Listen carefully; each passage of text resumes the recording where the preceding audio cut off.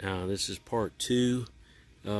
What you do is you can release this lever here, which pulls this out, and then you let this part down. This lever releases that down.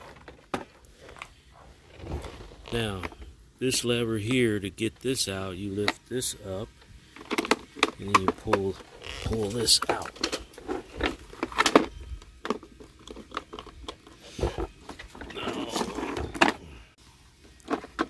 This out, it comes out just like this. Clean this. This here, this is the reservoir. You take this latch off and take that off. You clean that filter.